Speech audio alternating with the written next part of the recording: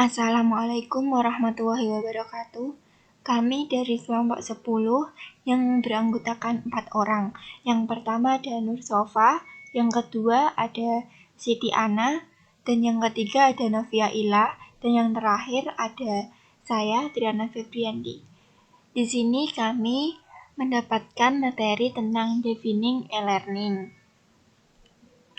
Di dalam materi defining e-learning ini, kami mengambil beberapa submateri. Yang pertama ada pengertian e-learning yang nanti akan saya sampaikan, dan ada definisi e-learning dari beberapa sumber itu akan disampaikan oleh teman saya, Anna Malia. Yang kedua ada teori-teori yang melandasi pengembangan e-learning ini akan disampaikan oleh Nur Sofa, dan yang ketiga ada karakteristik dan keunggulan e-learning, di mana karakteristik e-learning akan disampaikan oleh Nur Sofa dan keunggulan e-learning akan saya sampaikan. Yang keempat ada fungsi e-learning yang akan disampaikan oleh Novia Ila, dan yang kelima ada model-model e-learning akan disampaikan oleh Novia Ila. Saya, Triana Febriandi, NIM 71014186269, akan menyampaikan submateri yang pertama, yaitu tentang pengertian e-learning. E-learning ini bisa disebut juga dengan pembelajaran elektronik, di mana e-learning adalah salah satu bentuk dari aplikasi teknologi informasi dan komunikasi dalam kegiatan pembelajaran. Jadi, e-learning itu merupakan suatu pembelajaran yang menggunakan elektronik, misalnya seperti Elena, di mana Elena itu saat kita mengakses Elena pasti menggunakan suatu teknologi seperti komputer ataupun handphone dan juga internet dalam kegiatan pembelajaran yang ada di dalam Elena tersebut. Definisi e-learning itu ada beberapa definisi yang dikemukakan oleh para ahli. Definisi-definisi tersebut memiliki cakupan yang berbeda, tergantung dari perspektif yang digunakan oleh ahli yang bersangkutan. Nantinya definisi-definisi e-learning dari beberapa ahli ataupun sumber itu akan disampaikan oleh teman saya. Saya, Siti Ana Nur Lutfatul Amalia, ingin menjelaskan tentang definisi e-learning dari berbagai sumber. Beberapa definisi e-learning dikemukakan oleh para ahli. Definisi-definisi tersebut memiliki cakupan yang berbeda, tergantung dari perspektif yang digunakan oleh ahli yang bersangkutan. 1. Kirkpatrick, 2. Victor Jorgensen, 3. Derek Stockley, 4. Organisasi Masyarakat Amerika untuk Kegiatan Pelatihan dan Pengembangan. 1. Definisi e-learning menurut Kirkpatrick.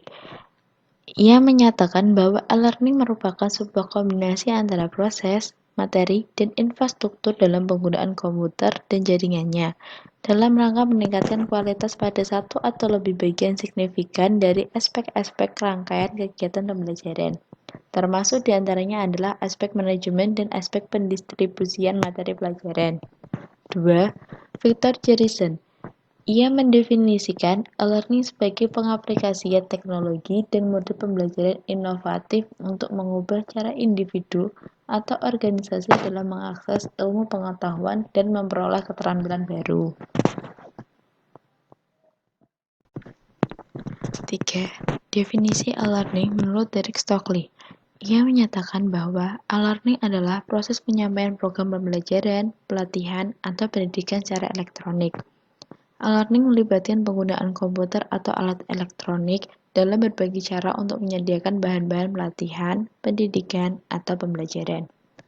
4. Organisasi Masyarakat Amerika untuk Kegiatan Pelatihan dan Pengembangan menyatakan bahwa e-learning merupakan proses dan kegiatan penerapan pembelajaran berbasis web, pembelajaran berbasis komputer, pendidikan virtual, atau kolaborasi digital. Materi-materi dalam kegiatan pembelajaran elektronik tersebut kebanyakan dihantarkan melalui media internet, intranet, tab video atau audio, penyiaran melalui satelit, televisi interaktif, dan CD-ROM. Baik, saya Nursofa Awalatifah akan menjelaskan terkait teori-teori yang melandasi pengembangan e-learning. Yang pertama, pendekatan konstruktivisme memandang bahwa peserta didik membangun sendiri pengetahuan yang akan mereka miliki. Pengembangan pengetahuan tersebut dilakukan berdasarkan pengalamannya sendiri atau dari pengalaman orang lain.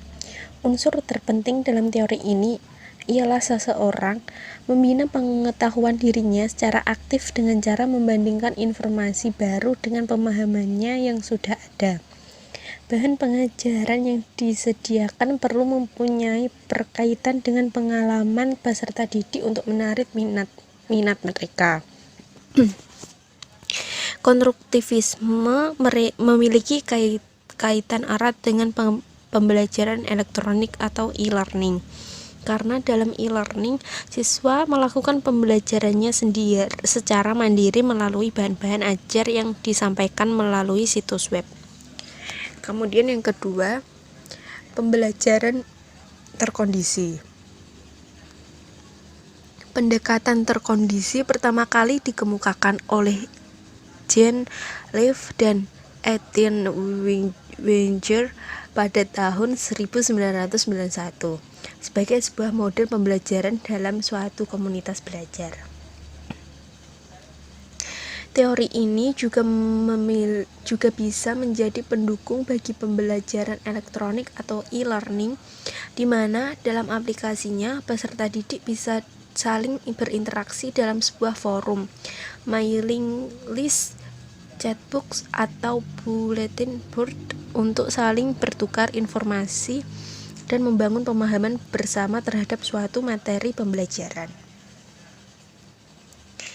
Dan yang ketiga, pembelajaran berbasis masalah.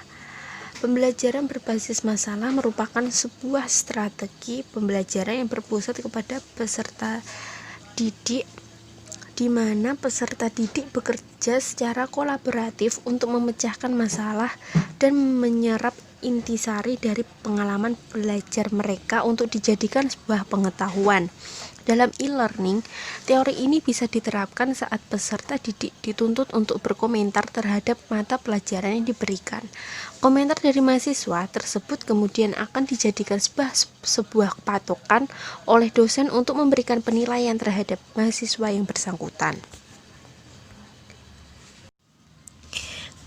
Kemudian, selain berpedoman kepada 3 teori pembelajaran di atas, pengembangan sebuah aplikasi e-learning hendaknya juga diarahkan agar mampu memenuhi 4 filosofi e-learning. Yang pertama, e-learning merupakan penyampaian informasi, komunikasi, pendidikan, dan pelatihan secara online.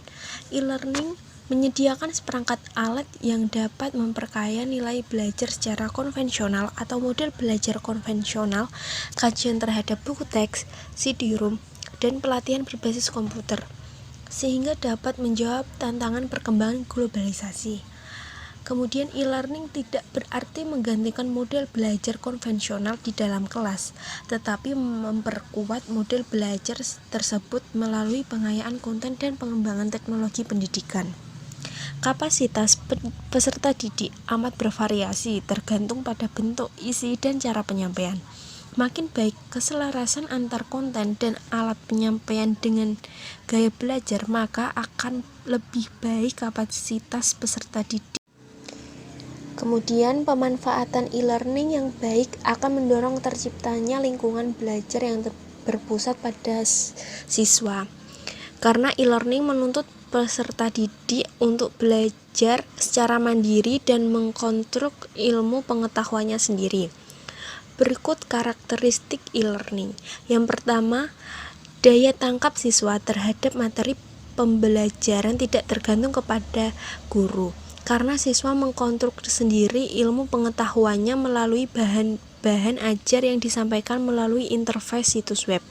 Yang kedua, sumber ilmu pengetahuan tersebar di mana-mana, serta dapat diakses dengan mudah oleh setiap orang.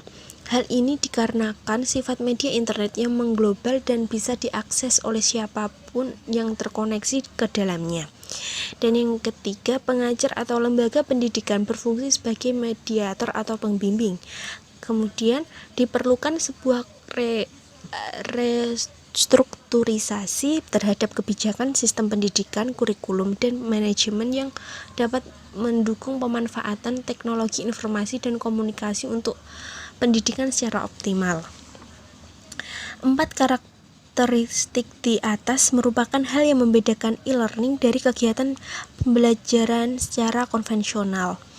Dalam e-learning, daya tangkap peserta didik terhadap materi pembelajaran tidak lagi tergantung pada pengajar, karena peserta didik mengkonstruk sendiri ilmu pengetahuannya melalui bahan-bahan ajar yang disampaikan melalui interface aplikasi learning.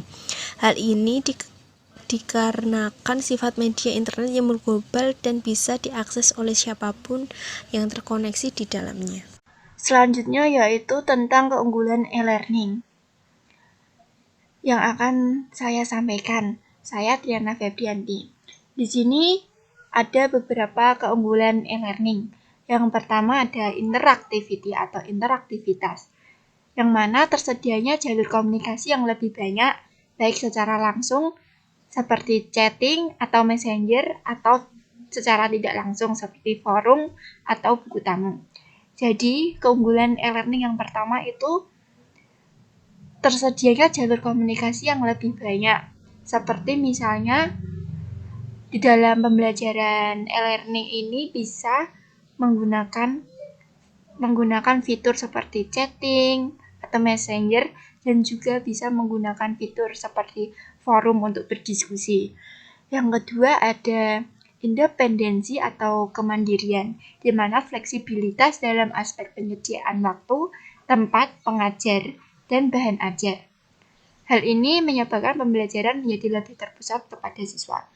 Yang kedua, keunggulan e-learning itu ada kemandirian, di mana dalam pembelajaran e-learning ini waktu, tempat, pengajar, dan bahan ajar itu sangat fleksibilitas karena bisa dilakukan dimanapun dan di jam berapapun.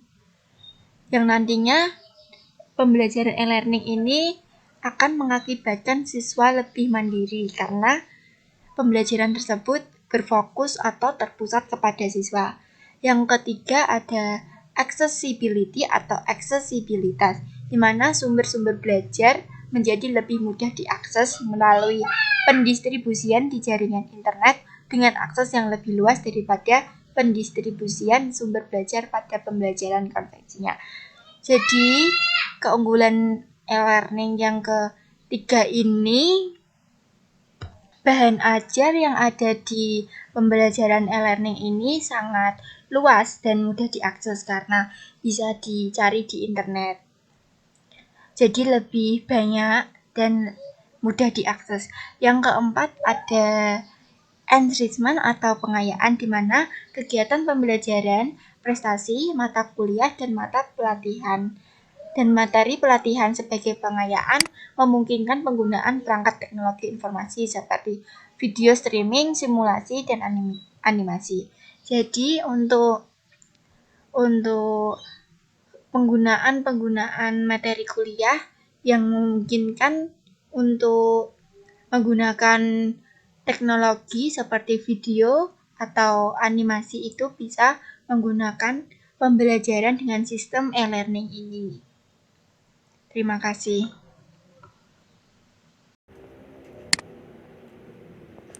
Selanjutnya, saya Novia Ila Ardania, NIM 7101418228 akan memaparkan tentang fungsi dari e-learning.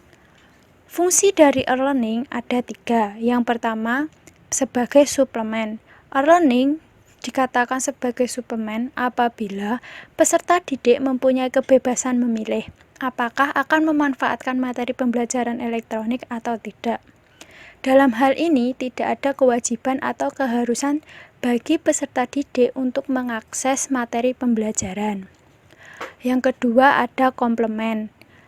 E-learning dikatakan sebagai komplement apabila materi pembelajaran elektronik yang diprogramkan untuk melengkapi materi pembelajaran yang diterima siswa di dalam kelas. Sebagai komplement, berarti materi pembelajaran elektronik diprogramkan untuk menjadi materi remedial bagi peserta didik dalam mengikuti kegiatan pembelajaran konvensional. Yang terakhir ada substitusi. Beberapa perguruan tinggi di negara maju memberikan beberapa alternatif model kegiatan pembelajaran atau perkuliahan kepada para mahasiswanya. Hal ini bertujuan agar para mahasiswa dapat secara fleksibel mengelola kegiatan perkuliahannya sesuai dengan waktu dan aktivitas sehari-hari mahasiswa. Selanjutnya, ada model-model e-learning. Yang pertama, web-based learning atau pembelajaran berbasis web. Pembelajaran berbasis web merupakan sistem pembelajaran jarak jauh berbasis teknologi informasi dan komunikasi dengan antarmuka web. Dalam pembelajaran ini, peserta didik melakukan kegiatan pembelajaran secara online melalui sebuah situs web. Mereka pun bisa saling berkomunikasi dengan rekan atau pengajar melalui fasilitas yang disediakan oleh situs web tersebut. Yang kedua, ada computer learning, based learning, pembelajaran berbasis komputer. Pembelajaran berbasis komputer bisa didefinisikan sebagai kegiatan pembelajaran mandiri yang bisa dilakukan oleh peserta didik dengan menggunakan sebuah sistem komputer. Rusman mengemukakan bahwa pembelajaran berbasis komputer merupakan program pembelajaran yang digunakan dalam proses pembelajaran dengan menggunakan software komputer yang berisi tentang judul, materi, tujuan, dan materi pembelajaran dan evaluasi pembelajaran. Yang ketiga ada virtual education atau pendidikan virtual. Pendidikan virtual merujuk kepada suatu kegiatan pembelajaran yang terjadi di sebuah lingkungan belajar, di mana pengajar dan peserta didik terpisah oleh jarak dan waktu. Pihak pengajar menyediakan materi-materi pembelajaran melalui penggunaan beberapa metode seperti aplikasi LMS, bahan-bahan multimedia, pemanfaatan internet, atau konferensi video. Peserta didik menerima materi-materi pembelajaran tersebut dan berkomunikasi dengan pengajarnya dengan memanfaatkan teknologi yang sama. Yang terakhir ada digital collaboration atau kolaborasi digital. Kolaborasi digital adalah suatu kegiatan di mana para peserta didik yang bersama-sama dalam sebuah proyek atau tugas sambil berbagi ide atau informasi dengan seoptimal mungkin memanfaatkan teknologi internet. Sekian presentasi dari kelompok kami, kurang lebihnya mohon maaf. Wassalamualaikum warahmatullahi wabarakatuh.